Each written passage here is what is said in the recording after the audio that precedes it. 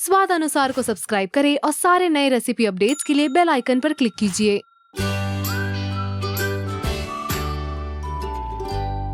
Hello friends, मैं तोरल कुछ खट्टा कुछ तीखा आचार सीरीज में आपका स्वागत करती हूँ। आज मैं आपके साथ गुजरात का फेमस बाफिया गुंदा शेयर कर रही हूँ। तो चलिए बनाना शुरू करते हैं। गुंदा बनाने के लिए हम सबसे पहले 3 से 4 कप कढ़ाई में पानी लेंगे और उसको गर्म करेंगे। उसको जब तक एक उबाल आता है तब तक हम ये जो कच्चा आम है उसको पील करेंगे और ग्रेट करेंगे। अभी जो मैंने केरी यूज की हुई है वो है राजापुरी केरी, जो आचार के लिए बहुत ही स्पेशल है। आप चाहे तो लाडवा केरी भी यूज कर सकते हैं या लंगड़ा केरी भी यूज कर सकते हैं, पर राजापुरी केरी है वो कम खट्टी होती है और वो बहुत ही अच्छा स्वाद देती है। अब हम इसे ग्रेट करेंगे।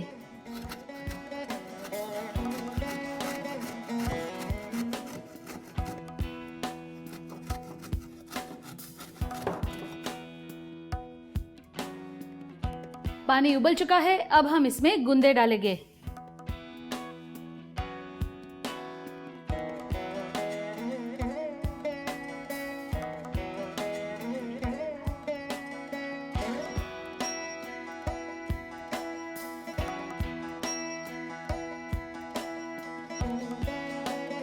पानी में एक उबाला अच्छे से आ चुका है और हमारा गुंदा पक चुका है।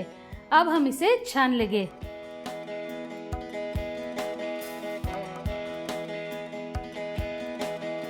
गुंदे को हमें तब तक साइड में रखना है जब तक ये पूरी तरह से ठंडा और ड्राई ना हो जाए।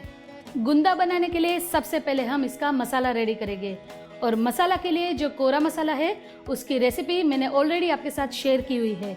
ये रेसिपी आपको देखने के लिए नीचे दी गई हुई लिंक को आप क्लिक कीजिए। तो सबसे पहले इस कच्ची केरी के अंदर हम 3 से 4 बड़े चम्मच कोरा संभारा ऐड करेंगे।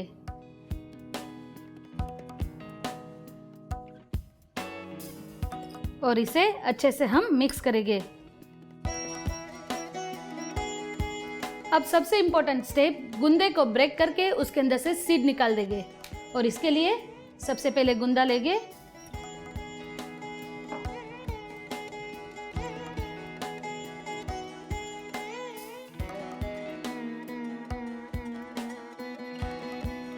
हमने सारे गुंदे सीडलेस कर दिए हैं। अब हम इसमें मसाला भरेंगे।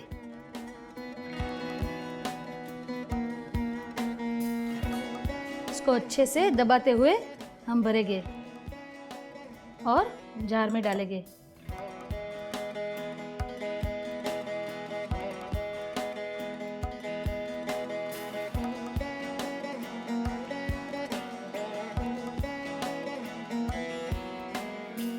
अब हम इसमें तेल डालेंगे। तेल को मैंने एक उबाल आने तक उबाला हुआ है और फिर उसे एकदम ठंडा किया हुआ है। तेल को हमेशा उबाल आने के बाद ही आचार में डालना है, उसको कच्चा डाल नहीं सकते हैं। इसकी वजह से जो अथाना यानी कि पिकल है वो लंबे समय तक प्रिजर्व होता है। तो अब हम इसमें तेल डालेंगे।